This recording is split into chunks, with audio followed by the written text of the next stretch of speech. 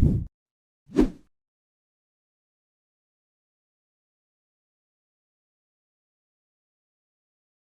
வீடியோல Naruto Shippuden season 1 episode 30 நம்ம பார்க்க போறோம். ககாஷி நருட்டோ பார்த்துக்கிட்டே இருப்பாரு.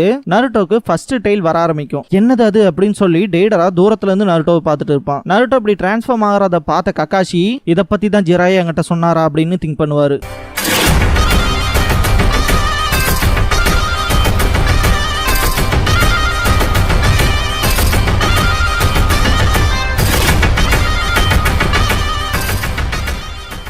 நருட்டோவை சுத்தி அந்த 9 டெயில் க்ளோக் ஃபார்ம் ஆயிரும். இதுதான் அந்த 9 டெயில் க்ளோக்கா அப்படின்னு பாப்பாரு ககாஷி. இந்த பாயிண்ட்ல நருட்டோவோட சிரிப்பே அவ்வளவு பயங்கரமா இருக்கும். ஒரு பஞ்ச் வைப்பான், கிட்டத்தட்ட அந்த இடமே நொறுங்குற மாதிரி இருக்கும். நருட்டோவை சுத்தி இந்த இடம் பூராமே பொழந்துக்கும். இதுதான் அந்த ஜின்சுரிக்கு பவரா அப்படின்னு தூரத்துல இருந்து டெய்டரா பாத்துட்டு இருப்பான். நருட்டோ இந்த பாயிண்ட்ல டெய்டரா எங்கேயும் தான் தேடிட்டு இருப்பான். டெய்டரா சைட் காட்டுவாங்க, அவன் வாயில இருந்து பிளட் வரும். அவன் பஞ்ச சாடா இருந்ததை நினைச்சு ஆச்சரியப்படணும்னு அவசியமே இல்லை அப்படின்னு திங்க் பண்ணுவான். நருட்டோக்கு அவனோட 2வது டெயில் வர ஆரம்பிக்கும். இந்த பாயிண்ட்ல அவனோட க்ளோன்ஸ் அந்த ஒரு ஹீட்டை தாங்க முடியாது. அந்த செகண்ட் டைல் ஃபார்ம் ஆகிறத பார்த்துட்டே இருக்கும்போது ககாஷி ஜிராயா சொன்ன விஷயத்த ரிமெம்பர் பண்ணி பார்ப்பாரு. ஒரு பாயிண்ட்டுக்கு மேல 9 டைல்ஸோட சக்ரா நருட்டோவோட உடம்புல இருந்து லீக் அவுட் ஆகிறதுக்கான வாய்ப்பு இருக்கு. அதுக்கப்புறமா அவன் உடம்புக்குள்ள இருக்க அந்த பீஸ்ட், அந்த ஃபாக்ஸ் ஸ்பிரிட் ஃபார்முக்கே மாற ஆரம்பிப்பான் அப்படின்னு ஜிராயா சொல்லும்போது ககாஷி சீரியஸா அதை சொல்றீங்களா, அந்த சக்ரா அந்த ஃபாக்ஸ் ஸ்பிரிட் மாதிரியே மாறுமா அப்படின்னு ககாஷி கேட்கும் போது ஜிராயா அதை 9 டைல்ஸ் க்ளோக் அப்படின்னு ப்ரிஃபர் பண்ண அப்படின்பாரு ஜிராயா. 9 டைல்ஸ் க்ளோக்கா அப்படின்னு ஆச்சரியப்படுவாரு ககாஷி. 9 டைல்ஸ் க்ளோக் மட்டும் அப்பியர் ஆச்சுன்னா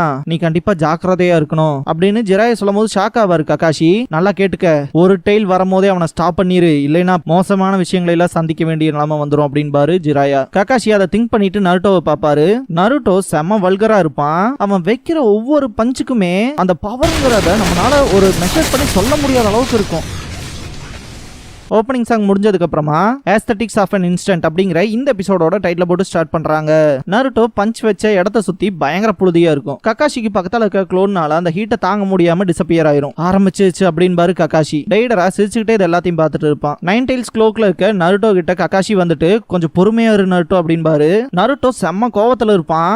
ககாஷின்னு கூட இல்லாம பஞ்ச் பண்ண வருவான். ககாஷி டாச் பண்ணிருப்பாரு. அவன் பொறுமையா திங்க் பண்ற எபிலிட்டியவே இழந்துட்டான். கேர்லெஸ்ஸா அவன் அப்ரோச் பண்ணணும்னு திங்க் பண்றது ரொம்பவுமே ஆபத்து அப்படின்னு திங்க் பண்ணிட்டு அவரோட டூல் பேக்குள்ள கை விடுவாரு. 9 டைல்ஸ் க்ளோக்கு அவன் வந்துட்டானா இதை யூஸ் பண்ணுன்னு சொல்லி சக்ரா சப்ரசிங் சீல கொடுத்திருப்பாரு ஜிராயா. அவன் உடம்புல இருந்து வெளியே எமிட் ஆகிற எல்லா சக்ராவையும் இது இமிடியேட்டாவே சப்ரஸ் பண்ணிரும் அப்படின்னு சொல்லி கொடுத்திருப்பாரு. அதை ககாஷி கையில வச்சிருப்பாரு. நருட்டோக்கு தெரியாம அவன் பக்கத்தால அப்ரோச் ஆகி அவனை திளியே வச்சிருவாரு. மொத்த 9 டைல்ஸோட சக்ராவும் சப்ரஸ் ஆகும். இதுக்கப்புறமா தான் நருட்டோ நார்மல் கண்டிஷனுக்கே வருவான். அவனோட க்ளோன்ஸுமே இப்பதான் ரிலீஃபா ஃபீல் பண்ணும். அதுல ஒரு க்ளோன் இப்ப நம்ம ஓகே அப்படிங்கோ. ககாஷி நருட்டோ கிட்ட இப்ப நீ ஓகே தானே அப்படின்னு சொல்லி கேட்பாரு.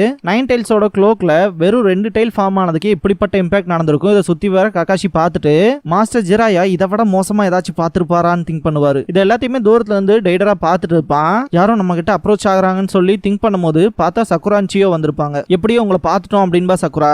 எப்படியோ எங்களை நீ கண்டுபிடிச்சிட்ட, நைஸ் ஒர்க் அப்படின்னு அப்ரிஷியேட் பண்ணுவாரு ககாஷி. கொஞ்ச நேரத்துக்கு முன்னாடி நாங்க 2 பேருமே அதிகப்படியான அதிர்வை ஃபீல் பண்ணோம் அப்படின்பா சக்குரா. நீங்க வந்ததுல சந்தோஷம், அவன் கதையை முடிச்சிட்டீங்களா அப்படின்னு கேட்பான். ஆமா அப்படின்பா சக்குரா. பார்க்க போனா உங்களுக்கு இன்னுமே இந்த இடத்துல பிரச்சனை இருக்கும் போல அப்படின்பாங்க சியோ. துரதிருஷ்டவசமா அப்படின்பாரு ககாஷி.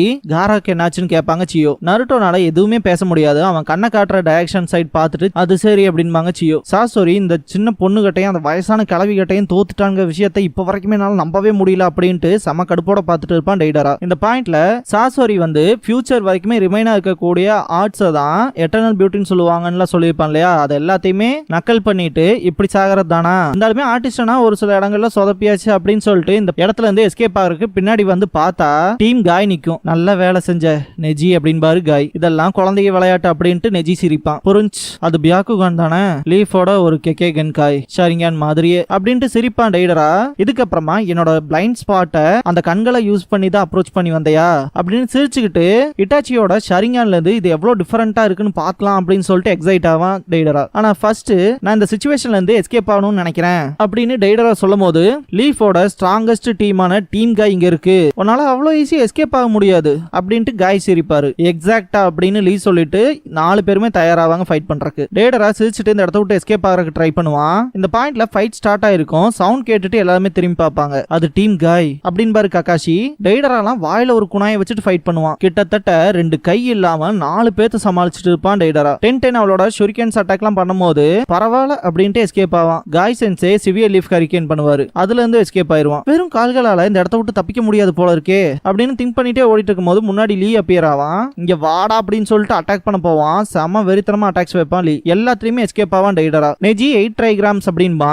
டெய்டரா பர்ஃபெக்ட்டா நெஜியோட அந்த பொசிஷனுக்குள்ள வரும்போது ஏர் பாம் யூஸ் பண்ணி அடிப்பான். பயங்கரமான அடி விழுந்திருக்கும். அட்டாக் நடக்க போற இன்ஸ்டிங்க்ட ஃபீல் பண்ணிட்டு டெய்டரா பார்க்கும்போது 10 ஏகப்பட்ட ஷுரிகன்ஸ் யூஸ் பண்ணி அட்டாக் பண்ணுவா. டெய்டரா அதுல இருந்து எஸ்கேப் ஆயிருவான். அவனை தப்பிக்கிறக்கே விடாம 4 பேருமே துரத்துவாங்க. ரொம்ப தொல்லை கொடுக்குறானுங்களே இவனுங்க, எனக்கு தெரிஞ்சு அது இங்கதான் இருக்கும் அப்படின்னு திங்க் பண்ணிட்டு போகும்போதே அந்த பறவையோட உடம்ப பாத்துருவான். இங்கதான் இருக்கு. டெய்டரா பார்க்கும்போது நெஜி ஏதோ விஷயத்த வியடா நோட் பண்ணிருப்பான். அவன் கீழே போறான் அப்படின்பா 10 அவன் என்ன பிளான் பண்ணிருக்கான்னு நமக்கு தெரியாது, அதனால யாரும் அவங்களோட கார்டை டவுன் பண்ணிடாதீங்க அப்படின்பாரு காய். சரி அப்படின்பாங்க நெஜி, லீ அண்ட் 10. எல்லாருமே கொஞ்சம் கேர்ஃபுல்லா இருங்க, அவன் long range type explosives use பண்றவன் அப்படின்னு ககாஷி கத்தும் போது டீம் காய் மொத்தமா ஸ்டாப் ஆயிருவாங்க. பெரிய பறவையோட கிளேல இருந்து கொஞ்சம் கிளேவை கடிச்சு மெல்லுவான் டெய்டரா.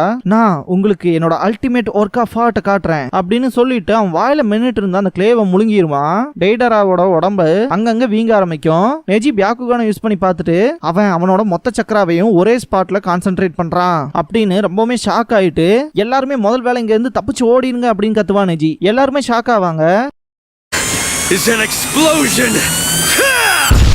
ஆட்டுங்கிறது எக்ஸ்ப்ளோஷன் அப்படின்ட்டு கத்துவான். மொத்தமாவே வெடிச்சிருவான் டெய்டரா. டைமுக்கு நம்மளால இங்க இருந்து எஸ்கேப் ஆக முடியாது போல அப்படின்பா நெஜி. இந்த பாயிண்ட்ல எல்லாருமே மொத்தமா முடிஞ்சு அப்படின்னு திங்க் பண்ணும்போது ககாஷி அவரோட மாங்கேக்யூ ஷரிங்கான யூஸ் பண்ணுவாரு. அந்த புழுதிலாம் போனதுக்கு அப்புறமா யாருக்குமே ஒன்றும் புரியாது.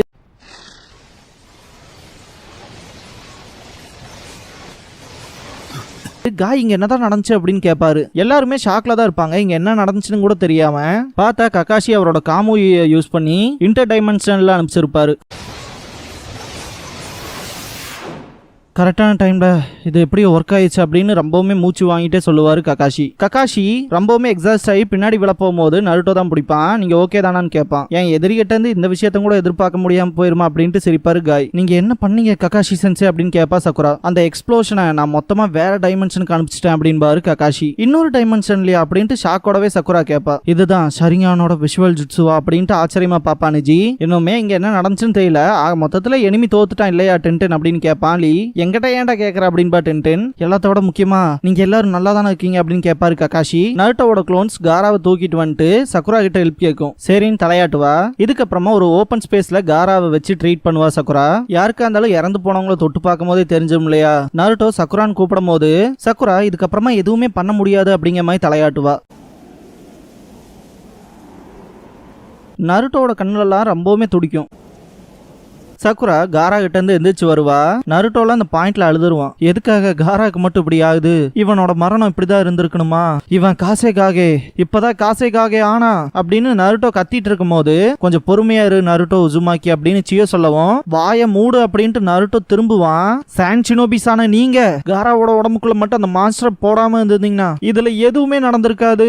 காரா எப்படி ஃபீல் பண்றான்னாவது யாராச்சும் அவங்ககிட்ட கேட்டிருக்கீங்களா அப்படின்ட்டு பல்ல கடிச்சிட்டு நிப்பான். ஜின்சுரிக்கியா யாரா எங்களை அப்படி கூப்பிடுறக்கு உங்களுக்கு ரைட்ஸ் கொடுத்தா விதியை நிர்ணயம் பண்றதுக்கு நீங்க யாரு அப்படின்ட்டு ரொம்பவுமே அழுவான். சியோனால எதுவுமே பேச முடியாது. நருட்டோ ரொம்பவுமே தேம்பி அழுவான். சக்குரா நருட்டோன்ட்டு பாப்பா.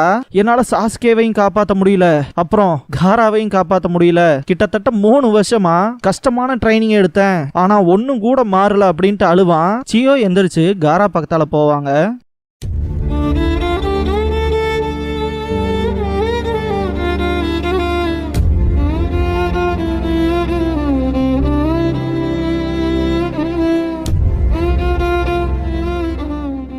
காரா மேல கைய வச்சுட்டு ரீஅனிமேஷன் ஜுட்சு பண்ணுவாங்க. இத நோட் பண்ண சக்குரா கிரானி சியோ அந்த ஜுட்சு அப்படின்னு சொல்ல வருவா. நருட்டோ பாப்பான். சியோ திரும்பி பாப்பாங்க. ஆக்சுவலா காராவோட உடம்புக்குள்ள இந்த ஷுகாக்குவை அடைச்சதே பாத்தீங்கன்னா சியோ தான். அதுக்கு பிராயச்சித்தமா தேடிக்கிற மாதிரி தான் காராவை காப்பாத்துறதுக்கு அவங்களோட ரீஅனிமேஷன் ஜுட்சுவை யூஸ் பண்ணுவாங்க.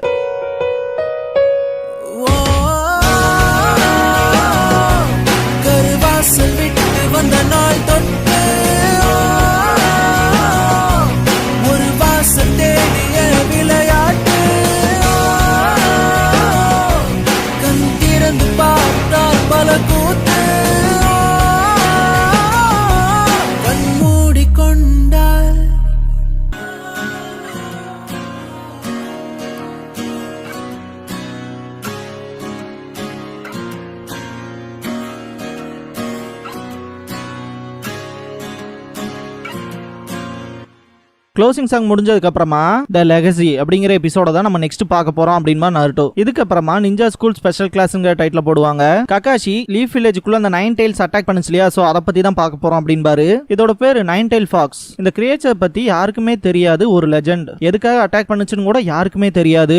டிஸ்ட்ரக்ஷன்ல 5 கிரேட் நேஷன்ஸை விட ரொம்பவுமே பவர்ஃபுல்லா இருந்துச்சு. இந்த மாதிரியான சிச்சுவேஷன்ல இந்த வில்லேஜ காப்பாத்தினது ஃபோர்த் ஹோகாகே. தன்னோட உயிரை கொடுத்து காப்பாத்தினாரு. அந்த ஒரு 9 tails பிறந்த குழந்தையான நருட்டோக்குள்ள சீல் பண்ணாரு. நருட்டோ ஒரு நாள் இல்ல ஒரு நாள் பவர்ஃபுல்லான ஷினோபியாவான். அப்ப இந்த 9 tailsோட பவரை யூஸ் பண்ணி இந்த வில்லேஜுக்கு ஏதாவது நல்லது செய்வான் அப்படின்னு ஃபோர்த் ஹோகாகே நம்பினாரு. அந்த வகையில உன்னோட ஷோல்டர்ஸ்ல ஏகப்பட்ட ரெஸ்பான்சிபிலிட்டி இருக்கு நருட்டோன்ட்டு ககாஷி நருட்டோவை பார்த்தா தலைவன் தூங்கி இருப்பான். தூக்கத்துல கூட ராமன்ட்டு தான் கிடப்பான். மனசே இல்லாம ககாஷி பாப்பாரு. இதோட இந்த எபிசோட் முடியுது.